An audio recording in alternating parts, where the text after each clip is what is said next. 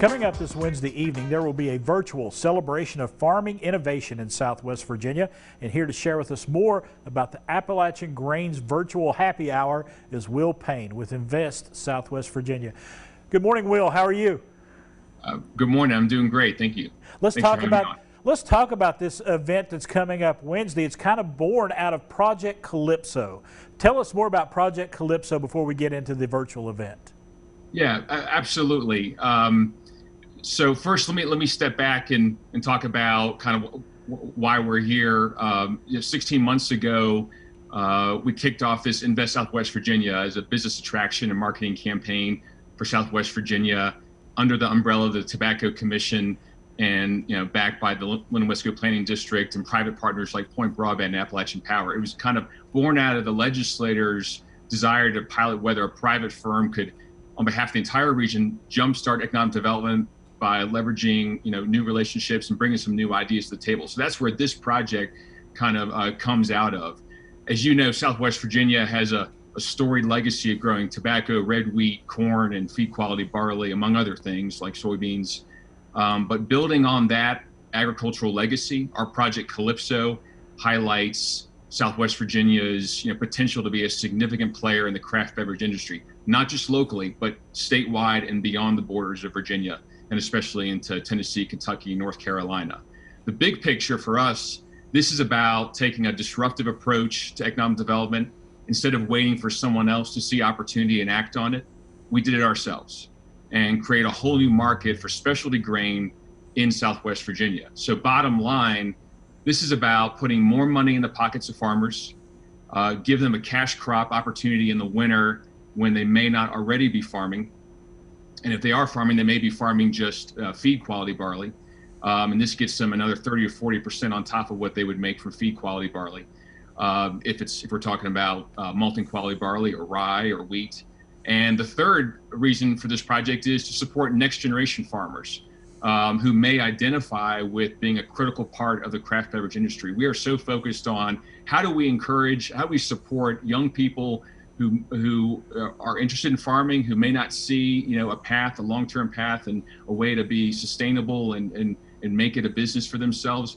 We think this is that way, and because of the prices that the money they can bring in from growing specialty grain, we think this is a long-term opportunity for someone who wants to get into farming. We want to get young people engaged in that, because that's where that expertise is coming from this region.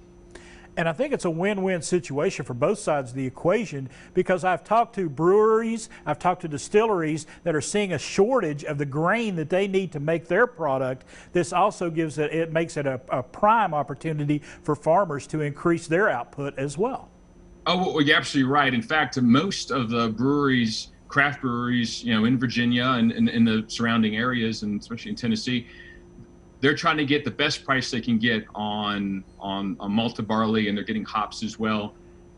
And they're buying in large quantities. And so, for them, they've got to find the cheapest price they can get. And a lot of that's coming from the Midwest. It's coming from Canada and coming from elsewhere, and not a lot coming from Virginia. And so we see an opportunity to not only have better quality, and that's coming straight from the breweries that we dealt with this year, superior quality, but a competitive price. And for craft breweries and then distilleries, they believe in buying local, supporting local farmers and small family farms, and they can do that, and they can also reduce food miles, which is important to the whole industry.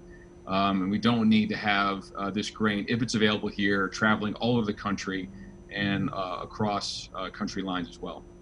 And talk to us about, I mentioned at the top of when we started this interview, this virtual happy hour that you're having this Wednesday. Tell us about that, and who can be involved in that and what it's all about.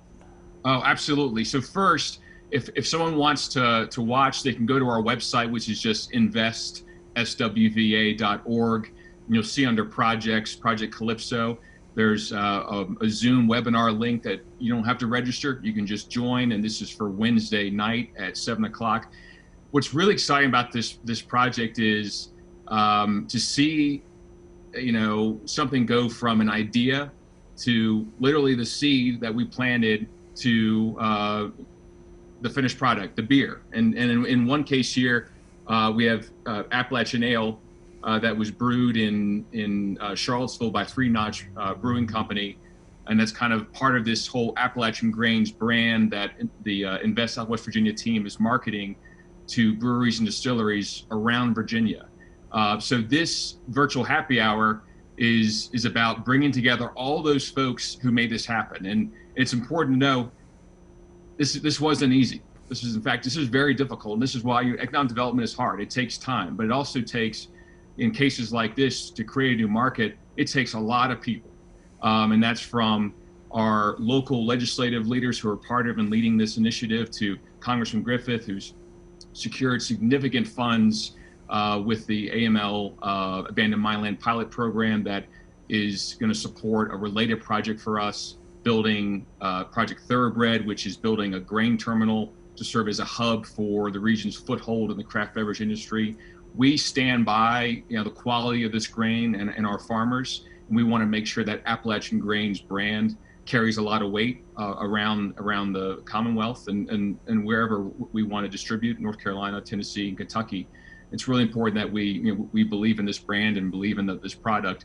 And so for this opportunity on Wednesday is to demonstrate this is what it takes to create a new market. This is all the people involved, from higher education, Virginia Tech. Without their small grains program, we wouldn't be here. Without Mountain Empire Community College and their smart farm program, we wouldn't be here. Without the small family farms, we wouldn't be here. So it's really exciting to see all these people have come together and use all their time and their resources to make this happen. Again, it's not easy, but what's really exciting is everyone who puts in all the work.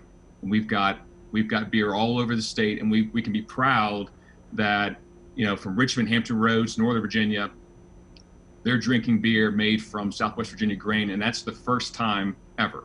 All right. Will Payne, wish we had more time to talk about it. It's so exciting.